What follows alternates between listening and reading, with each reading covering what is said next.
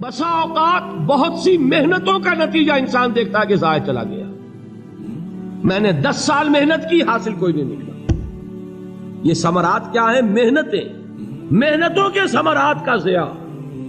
کوشش آپ نے کی، قسمت کی خوبی دیکھی ہے، ٹوٹی کہاں کمن، 2-4 ہاتھ جب کے لبے بام رہ گئے. Be prepared. ایک شاعر کے یہ اشعار ہیں، وہ کمیونسٹ تھا، میں نام بھی نہیں لیتا، لیکن یہ کہ یہ اسی انقلابی، چونکہ ان کا بھی ایک انقلابی نظریہ ہے، انقلابی عمل میں یہ سارے مراحل آتے ہیں. کوئی سیٹ بیک آیا، فرض کیجئے کوئی ناکامی ہو گئی، تو اپنے ساتھیوں کو دل بندھانے کے لیے یہ فصل امیدوں کی ہمدم اس بار بھی غارت جائے گی، سب محنت صبحوں شاموں کی اب کے بھی اکارت جائے گی. میرے نبی کے ثمرات کا جو لفظ یہاں آیا ہے، وَنَقْصٍ مِّنَ الْأَمْوَالِ وَالْأَنفُسِ وَالثَّمَرَاتِ، سب محنت صبحوں شاموں کی اب کے بھی اکارت جائے گی. دھرتی کے کونوں کھدروں میں پھر اپنے لہو کی کھاد بھرو، پھر مٹی سینچو اشکوں سے، پھر اگلی رت کی فکر کرو، پھر اگلی رت کی فکر کرو. جب پھر ایک بار اجڑنا ہے، ایک فصل پکی تو بھر پایا، تب تک تو یہی کچھ کرنا ہے. ایک مقصد ہے سامنے، انقلاب برپا کرنا ہے. ایک کوشش ناکام ہو جائے کوئی پرواہ نہیں، نیکسٹ. پھر تیار رہو ناکامی کے لیے. ایسا نہ ہو جو انگریزی میں کہتے ہیں hope for the best but be prepared for the worst. ایسا نہ ہو کہ دوسری مرتبہ ناکام ہو کے بددل ہو جاؤ، تمہاری ہمتیں جواب دے جائیں. نہیں، پہلے سے تیار رہو کہ دوسری مرتبہ بھی ناکامی آئے تو آئے، لیکن جب تک کہ کامیابی حاصل نہیں ہوتی ہمیں یہ کام کیے چلے جائیں. دیکھیے سیرت میں آیا کہ نہیں یہ واقعہ. بدر میں مسلمانوں کو فتح ہوئی تو احد میں زک پہنچی کہ نہیں؟ 70 صحابہ شہید ہوئے کہ نہیں؟ اگر ان کی ہمتیں جواب دے جاتی تو گاڑی کیسے چلتی آگے؟ تو فرمایا وَلَنَبْلُوَنَّكُمْ بِشَيْءٍ مِّنَ الْخَوْفِ وَالْجُوعِ وَنَقْصٍ مِّنَ الْأَمْوَالِ وَالْأَنفُسِ وَالثَّمَرَاتِ. ہم تمہیں لازماً آزمائیں گے، خوف کی کیفیت سے، فقر و فاقے کی کیفیت سے، بھوک سے، جان کے نقصان سے، مال کے نقصان سے، محنتوں کے حاصل کے ضائع ہو جانے سے. وَبَشِّرِ الصَّابِرِينَ، اور اے نبی بشارت دیجئے صبر کرنے والوں کو. الَّذِينَ إِذَا أَصَابَتْهُمْ مُصِيبَةٌ، وہ کہ جب ان پر کوئی تکلیف آئے، کوئی مصیبت آئے، کوئی آزمائش آئے، قالوا انا للہ وانا الیہ راجعون، وہ یہ کہیں کہ ہم اللہ ہی کے ہیں، اللہ ہی کی طرف لوٹ جانا ہے. یہ وہی انداز ہے جو میں نے فارسی کا شعر سنایا تھا آپ کو کہ سرے تسلیم خم ہے جو مزاج یار میں آئے. وہ ہمارا مولا ہے، ہمارا آقا ہے. اگر اسے یہی منظور ہے تو ہمیں بھی یہی منظور ہے. میں نے تسلیم و رضا کی بات کی تھی نا، آپ کو کچھ شعر سنائے تھے. ایک شعر اور سنیے، اور یہ کس کا ہے؟ محمد علی جوہر کا.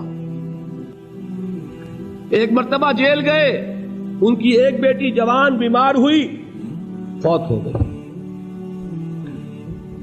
باہر چھوڑا انگریز نے، جاؤ بھائی دفن کر دو بیٹی کو. دوسری مرتبہ جیل گئے، دوسری جوان بیٹی اسی مرض میں مبتلا ہوئی. اب یہ جیل میں ہے، خبر پہنچی کہ دوسری بیٹی کے اوپر بھی اسی مرض کا حملہ ہوا ہے. ایک نظم لکھی ہے جس کا آخری شعر یہ ہے، تیری صحت ہمیں منظور ہے لیکن اس کو نہیں منظور تو پھر ہم کو بھی منظور نہیں. یہ ہے، جب تک یہ کیفیت نہ ہو اس میدان میں آدمی ثابت قدم نہیں رہ سکتا کہ میرے رب کو اگر یہ منظور ہے تو یہی مجھے منظور ہے، اور تیری صحت ہمیں چاہیے تو ضرور، لیکن ہمارے رب کو منظور نہیں تو ہمیں بھی منظور. راضی برضائے رب. وَبَشِّرِ الصَّابِرِينَ الَّذِينَ إِذَا أَصَابَتْهُمْ مُصِيبَةٌ قَالُوا إِنَّا لِلَّهِ وَإِنَّا إِلَيْهِ رَاجِعُونَ. نہ شود نصیب دشمن کے شود ہلاک تیغت، سر دوستہ سلامت کے تو خنجر آزمائے. أُولَئِكَ عَلَيْهِمْ صَلَوَاتٌ مِّن رَّبِّهِمْ وَرَحْمَةٌ، یہی ہے وہ لوگ جن پر ان کے رب کی طرف سے عنایتیں ہیں اور رحمتیں ہیں. وَأُولَئِكَ هُمُ الْمُهْتَدُونَ، اور یہی ہے وہ لوگ جو کامیاب ہونے والے ہیں، ہدایت پانے والے، ہدایت یافتہ.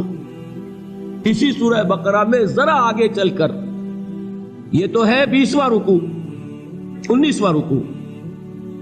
21ویں رکوع کی پہلی آیت ہے لیس البر ان تولوا وجوہکم قبل المشرق والمغرب ولكن البر من آمن بالله واليوم الآخر والملائكة والكتاب والنبيين وآتى المال على حبه ذوي القربى واليتامى والمساكين وابن السبيل والسائلين وفي الرقاب وأقام الصلاة وآتى الزكاة والموفون بعهدهم إذا عاهدوا والصابرين في البأساء والضراء وحين البأس. اب یہ آیت جو ہے سورۃ العصر میں جو مضامین آئے تھے سارے اس میں موجود ہیں. وہاں ایمان کا لفظ آیا، یہاں 5 ایمانیات کی تفصیل آ گئی، اعمال کی تفصیل آئی، اور آخری بات وہاں کیا ہے وَتَوَاصَوْا بِالصَّبْرِ، اور یہاں کیا ہے وَالصَّابِرِينَ فِي الْبَأْسَاءِ وَالضَّرَّاءِ وَحِينَ الْبَأْسِ، اور صبر کرنے والے. اصل نیکی ان کی ہے جو صبر کریں. کس میں؟ جنگ کے وقت. ذرائے باسائے، باسا کہتے ہیں فقر اور فاقہ. واحد آئے گا باس تو اس کے معنی جنگ، اور باسا جمع میں آئے گا تو فاقہ فقر بھوک. اور ذرائے جسمانی تکلیف، ضرر جسمانی تکلیفوں میں صبر کرنے والے، فقر اور فاقے میں صبر کرنے والے، اور جنگ کے وقت صبر کرنے والے. اولئک الذین صدقوا واولئک هم المتقون. یہ ہیں وہ لوگ جو صبر کرنے والے ہیں، یہ ہیں جو سچے ہیں، جو اپنے دعوے میں نیکی کے اور ایمان کے صادق ہیں، اور یہی وہ لوگ ہیں جو متقی. اگلی صورت ہے سورہ آل عمران.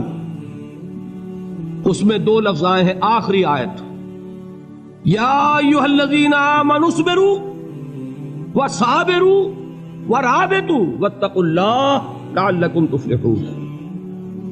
دیکھیے یہاں صبر اور صابر جو تعلق جہد اور جہاد کا ہے وہی ہے صبر اور مصابرت. صبر ایک طرفہ عمل ہے، آپ جھیل رہے ہیں، برداشت کر رہے ہیں. صبر علی المعصیہ، صبر علی الطاعہ، صبر علی الابتلاء، یہ سب کیا ہے؟ صبر.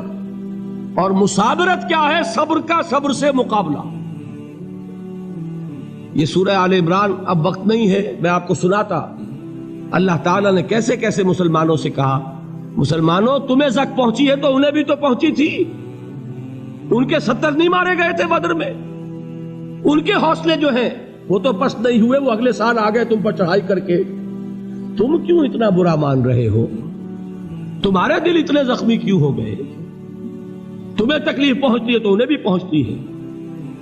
اپنی غیرت جو ہے ہمیں ذرا اس کا جائزہ لینا چاہیے. لوگ باطل نظریات کے لیے کتنی قربانیاں دے رہے ہیں، لوگ باطل چیزوں کے فروغ کے لیے کتنی محنتیں کر رہے ہیں.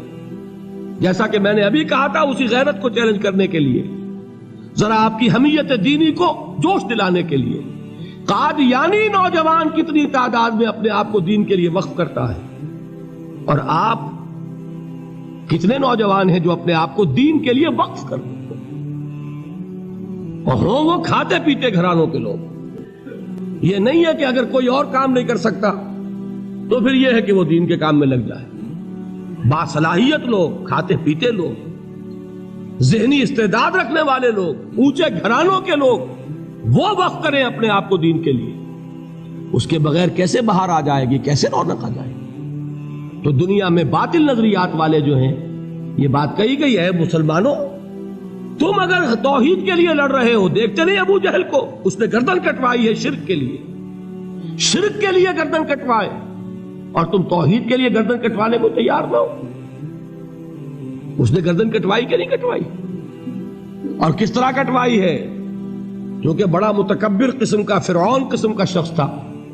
جب گردن کاٹنے لگے تو کہتا ہے ذرا نیچے سے کاٹنا، تاکہ جب تم نیزے کے اوپر چڑھاؤ میرے سر کو تو اونچا نظر آئے، معلوم ہو سردار کا سر. وہ بدبخت مرتے ہوئے بھی جو اس کی کیفیت تھی نا، اس کو ذہن میں رکھیے. تو یہ اس لوگوں نے قربانیاں دی، جانیں دی. تو فرمایا اگر تم ان سے زیادہ قربانی نہیں دو گے، جو نوٹ کر لیجئے اس کو، مجرد اگر حق کو غالب کرنا اللہ کے ذمے ہو تو آنے واحد میں غالب کر دے گا، تمہیں تکلیف ہی دینے کی ضرورت نہیں. سمجھ رہے؟ کیا اللہ کے مقابلے میں کوئی باطل کی طاقت ٹھہر سکتی ہے؟ یہ تمہارے ایمان کا امتحان ہے، یہ تمہارے خلوص کی آزمائش ہے، یہ تمہارے امتحان کا ثبوت درکار ہے کہ اللہ تعالیٰ دیکھنا چاہتا ہے تم اس کے لیے اپنی جانیں قربان کرنے کو تیار ہو کہ نہیں، تم اس کے لیے تن من دھن لگانے کو تیار ہو کہ نہیں۔ اور یہ جان لو کہ اگر کفار اور مشرکین اور ملحدین اور باطل نظریات والے وہ جو کچھ قربانیاں اپنے باطل نظریات کے لیے دے رہے ہیں ان سے زیادہ اگر تم نہیں دو گے تو حق غالب نہیں ہوگا۔ انہوں نے جو صبر کیا ہے اپنے باطل نظریات پر، اگر تم اس سے زیادہ صبر کا ثبوت نہیں دو گے اپنے اس حق پر تو حق غالب نہیں ہوگا۔ اس لیے فرمایا یا ایھا الذین آمنوا اصبروا وصابروا، نہ صرف یہ کہ صبر کرو بلکہ صبر میں اپنے دشمنوں سے آگے نکلو، ان کے صبر سے بڑھ کر صبر کرو۔ ورابطوا، مرابطہ کہتے ہیں چوکس رہنا، ہوشیار، پہرا دو، ایسا نہ ہو کہ دشمن جو ہے غفلت میں تمہارے اوپر کوئی حملہ جو ہے کر بیٹھے۔ واتقوا اللہ، اور اللہ کا تقوی اختیار کرو، لعلکم تفلحون، تاکہ تم فلاح پاؤ۔